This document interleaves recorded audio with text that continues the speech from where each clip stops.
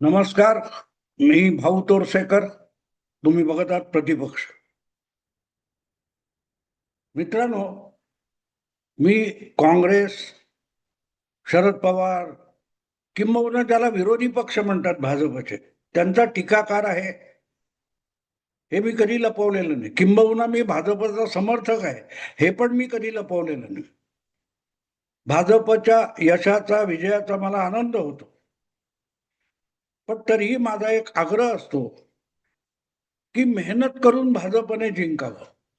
लांडी लवाडी करून जिंकलेलं मलाही आवडत नाही. कॉपी करून मेरिटमध्ये आलेला मुलगा मला आवडणार नाही, माझ्या नात्यातला असला तरी. आणि म्हणूनच मी विरोधकांचा टीकाकार असलो तरी त्यांच्या चुका दाखवण्यापुरता मर्यादित राहतो. त्यांनी त्या चुका सुधारल्या तर ते यशस्वी होऊ शकतील, त्यांच्या फायद्याचं होईल. आणि त्यामुळे भाजपला हरवण्यासाठी उतावळे झालेले जे सगळे विरोधी पक्ष आहेत आणि राहुल गांधी हे त्यांचे मेरुमणी आहेत, हे भाजपला का हरवू शकत नाही याचा उलगडा मी सतत करत असतो. ते भाजपचं समर्थन असण्यापेक्षा विरोधी पक्षांना सुधारण्यासाठी मार्ग दाखवणं असतं. पण दुर्दैव असं आहे की भाऊ तोरसेकर मोदी भक्त म्हणून शिक्का मारला की विरोधी पक्षांचा नाकर्तेपणा लपवता येतो, यातच ते खुश असतात आणि पराभवाची चव परत परत चाखत असतात. तत्वज्ञान वेगळं असतं, विचारधारा वेगळी असते आणि व्यवहार वेगळा असतो. आपल्याकडे म्हटलं तर पुराणातली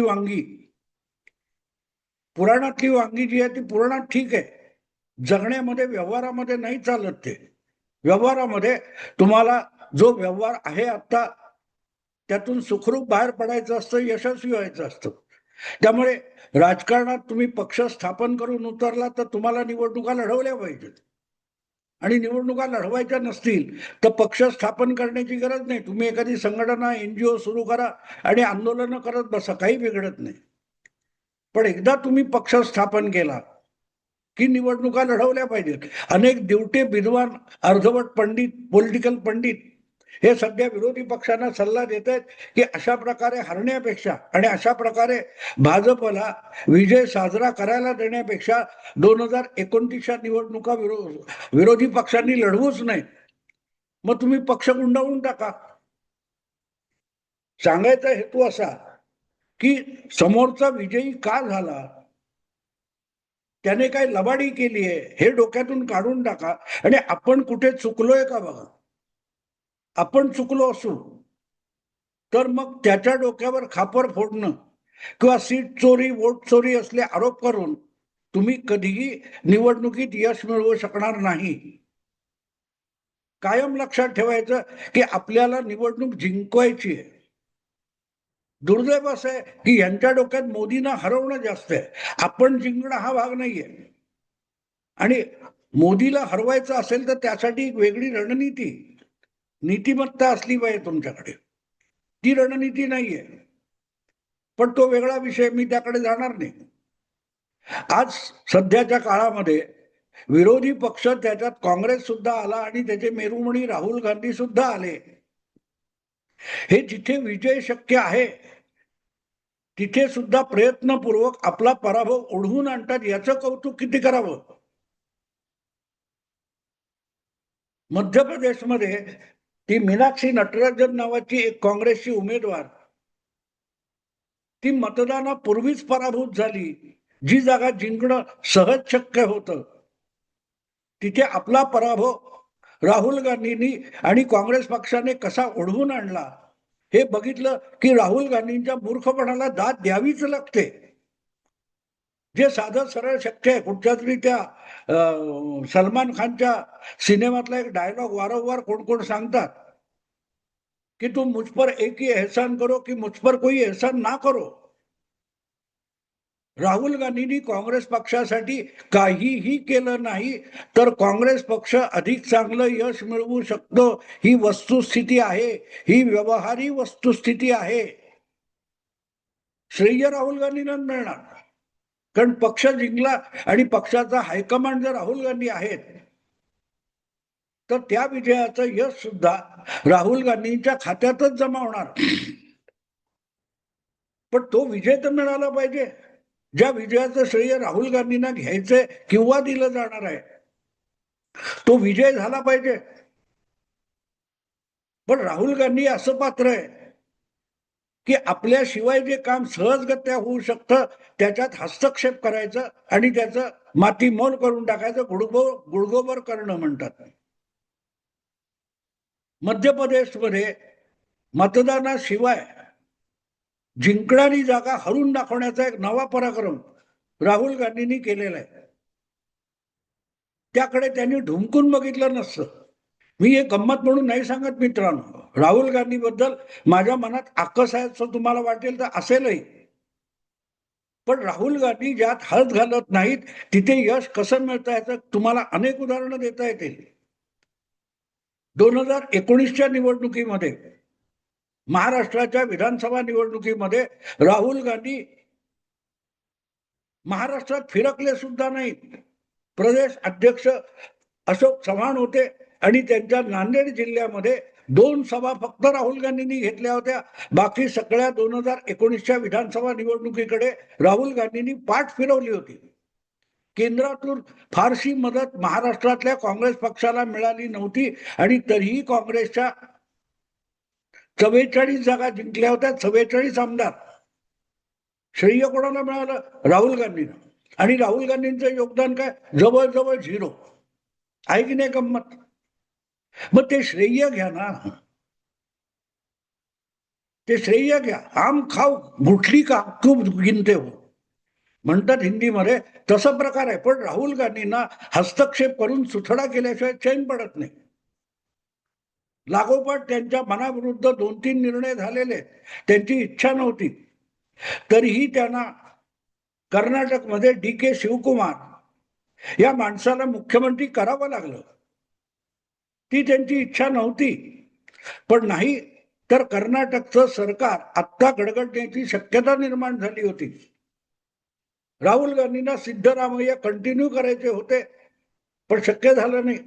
मनाविरुद्ध निर्णय करावा लागला.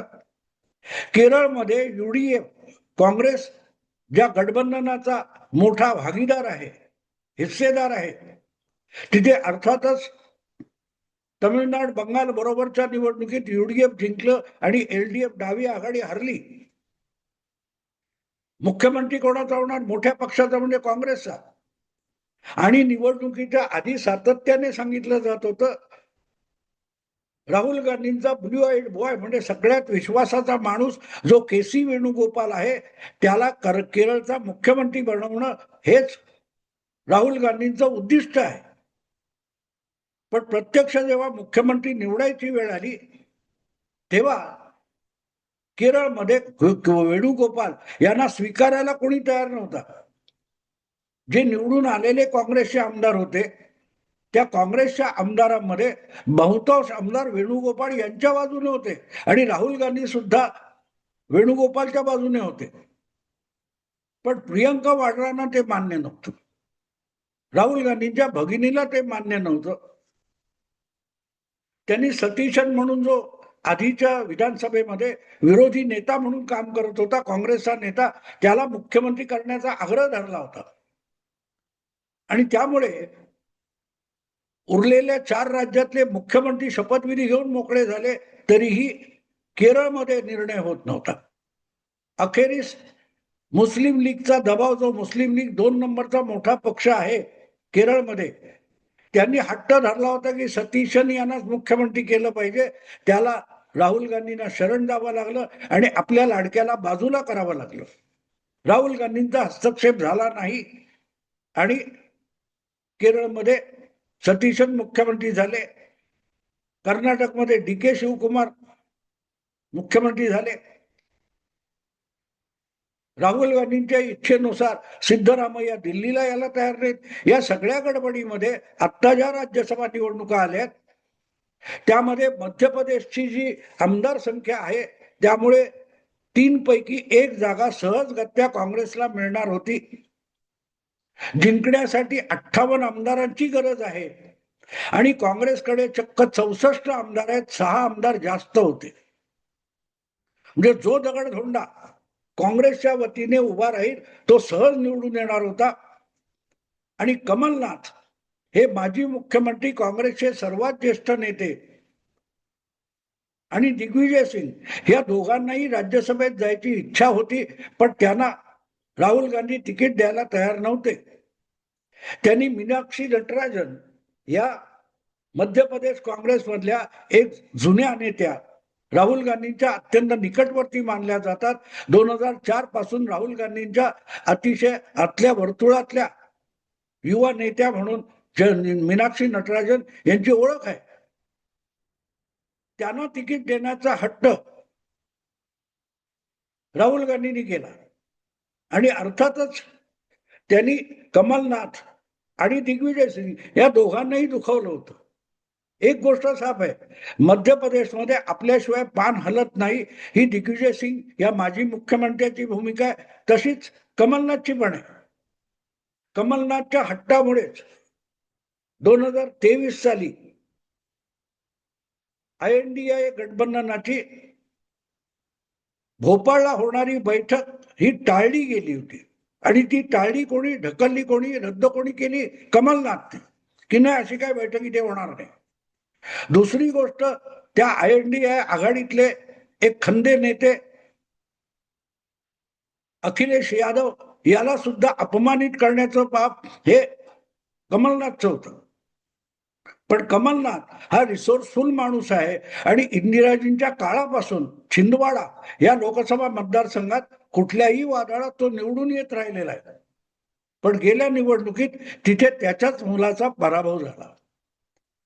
मुद्दा इतकाच की रिसोर्सफुल, प्रचंड श्रीमंत, वाटेल तितका पैसा उधळण्याची क्षमता हे सगळं असूनही कमलनाथला त्याची जागा अवकात दाखवण्याचा जो काही डाव राहुल गांधींनी खेळला, त्या परिणामी जे मीनाक्षी नटराजन यांची उमेदवारी ठरवण्यात वेळ झाला आणि जो अर्ज भरला त्यातच चूक राहिली. आणि त्यामुळे अर्ज भरण्याच्या आणि छाननीच्या शेवटच्या दिवशी त्यांच्या अर्जातल्या त्रुटी दाखवण्यात आल्या. त्या त्रुटी भरून काढण्यापेक्षा कोर्टात धाव घेण्याचा आगाऊपणा झाला. ही राहुल गांधींची रणनीती असते.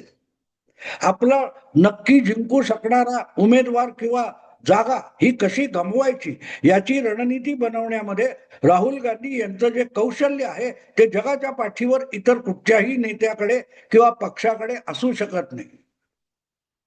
आणि म्हणून मला वाटतं की राहुल गांधींना दाद द्यावी लागेल. राजकारण हे राजकारणाच्या आखाड्यात खेळलं पाहिजे. लढाई ही लढाईच्या आखाड्यात रणांगणात खेळली पाहिजे. कुठच्याही खेळाचा सामना त्या खेळाचं मैदान असेल त्या मैदानावर खेळला पाहिजे. ऑफिसमध्ये बसून क्रिकेट खेळता येणार नाही आणि क्रिकेटच्या का फुटबॉलच्या मैदानावर बसून तुम्हाला बुद्धिबळ खेळता येणार नाही.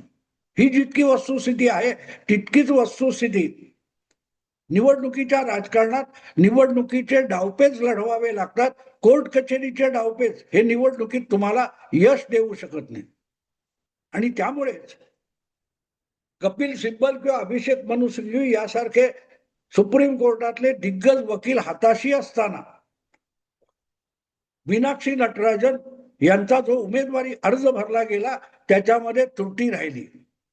नुसती त्रुटी राहिली असं नाही, तर त्यासाठी कोर्टात धाव घ्यायची, युक्तिवाद करायचा म्हणून सलमान खुर्शीद यांच्यासारखा एक जाणकार वकील स्पेशल विमानाने पाठवला, पण तो मुदत संपल्यानंतर भोपाळला पोहोचला. म्हणजे या प्रकारची मिसमॅनेजमेंट, प्रत्येक गोष्टीचा चुथडा करून टाकण्याचं जे राहुल गांधींचं कौशल्य आहे, मुळातच कमलनाथ किंवा दिग्विजय सिंग यांना ही उमेदवारी दिली असते तर एवढं झंझट झालं नसतं. पण नाही, त्यांना त्यांची अवकात दाखवायची. म्हणजे जे लोक उमेदवार निवडून आणू शकतात त्यांची अवकात राहुल गांधींना दाखवायची होती. आणि त्यामुळे मीनाक्षी नटराजन यांचा अर्ज हा पहिल्या फटक्यात रद्द झाला आणि एक प्रकारे बिनविरोध निवड. एक गोष्ट साधी सरळ होती, भाजपने आपल्याकडे फारसे मत नसताना तिसरा उमेदवार उभा केला, तेव्हाच तुम्हाला समजायला पाहिजे भाजप इथे काहीतरी मोठा डाव खेळतंय. कदाचित आपले मतदार असलेले आमदार फोडले जातील, तर ते आमदार मॅनेज करू शकणारे दिग्विजय सिंग किंवा कमलनाथ यांना सांभाळलं पाहिजे, त्यांनाच लढाईत पुढे गेलं पाहिजे. पण त्यांना दुखवायचं, त्यांना अपमानित करायचं आणि त्यांनी राहुल गांधींच्या लाडक्या मीनाक्षी नटराजनला राज्यसभेत निवडून आणायचं, ही अपेक्षा किती चुकीची आहे बघा. जागा सोपी होती आणि तरीही आमदार फुटण्याची भीती होती. त्या आमदारांना बंगलोरला नेऊन लपवायचं इथपर्यंत तयारी झाली होती. पण जो अर्ज भरतोय आपला उमेदवार, तो त्या अर्जामध्ये काही त्रुटी राहू नये, अर्ज फेटाळला जाऊ नये याची काळजी घेतली गेली नाही. आणि त्याच त्रुटीमुळे मीनाक्षी नटराजन यांचा अर्ज फेटाळला गेला आणि जिथे सहज एक उमेदवार राज्यसभेत निवडून येणार होता,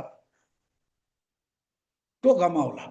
याला राहुल गांधींचं कौशल्य म्हणतात, की विजयाच्या जवळ्यातून पराभव खेचून आणण्याची क्षमता जी काय राहुल गांधींनी गेल्या 15-20 वर्षामध्ये देशाच्या राजकारणात दाखवले, त्याला अख्ख्या देशाच्या राजकारणात आणि इतिहासात तोड नाही. आणि म्हणून मला वाटतं की राहुल गांधींच्या या कौशल्याला दाद द्यावी लागेल. किंबहुना अमित शहा आणि नरेंद्र मोदी राहुल गांधींच्या या कुशलतेला दाद देतात, म्हणूनच ते लागोपाठ निवडणुका जिंकतायत, राज्याच्या असोत किंवा केंद्राच्या असोत. राहुल गांधी हा भाजपचा ऍसेट मानला जातो. काय तो स्टार प्रचार, त्याचं कारण समजलं. मुद्दा इतकाच होता की एक राज्यसभेत जागा पाहिजे आणि ती महत्वाची आहे. पक्षातले अहंकार, नेत्यांचे अहंकार हे आपल्या वरिष्ठांना गुंडाळता आले पाहिजे, सांभाळता आले पाहिजे. भाजपमध्ये सुद्धा अंतर्गत वाद विधवा बेबनाव नाहीच असं बिलकुल नाहीये. अगदी एनडीएच्या मित्र पक्षांमध्ये सुद्धा आहेत, पण ते सांभाळण्याची क्षमता अमित शहा आणि नरेंद्र मोदींनी दाखवले, म्हणून ते नुसत्या निवडणुका जिंकत नाहीत, तर एकामागून एक राज्य सुद्धा पादाक्रांत करत गेलेले. राहुल गांधींना एक समोर उदाहरण आहे. 3 निवडणुका आणि 15 वर्ष बंगालची सत्ता भोगलेल्या ममता दीदींना त्यांच्या उद्धट पुतण्याने बुडवलेलं आहे. अभिषेक बॅनर्जी याचा जो उद्धटपणा आहे, ज्येष्ठांचा अपमान करणं आहे, ज्येष्ठांना सतत उद्धटपणे उत्तर देणं आहे, यामुळे तृणमूल काँग्रेसचा बंगालमध्ये काल परवा पराभव झाला. हे जिवंत उदाहरण समोर आहे. ज्यांनी पक्षाला एवढं मोठं केलं, जिंकून दिलं, त्यांना लाथाडण्याची ज्यांची क्षमता असलेले राजपुत्र ज्या पक्षात असतात, त्या पक्षाला पराभवासाठी समोर शत्रू यावा लागत नाही, तो स्वतःच पराभूत करत असतो स्वतःला.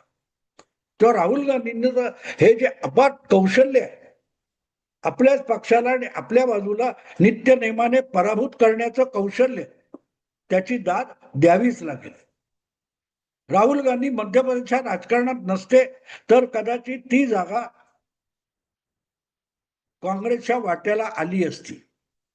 कमलनाथ किंवा दिग्विजय सिंग अशा दिग्गजांना हाताशी धरून व्यवस्थित नियोजन केलं असतं आणि त्यांना दुखावलं नसतं, तर ती मिळणारी हक्काची जागा होती. पण ती सुद्धा राहुल गांधींनी गमावून दाखवली. याचं कौशल्य दाद द्यायला पाहिजे. मित्रांनो, आता सांगतो, आवडलं लाईक करा, शेअर करा आणि प्रतिपक्षाला सबस्क्राईब करा. नमस्कार.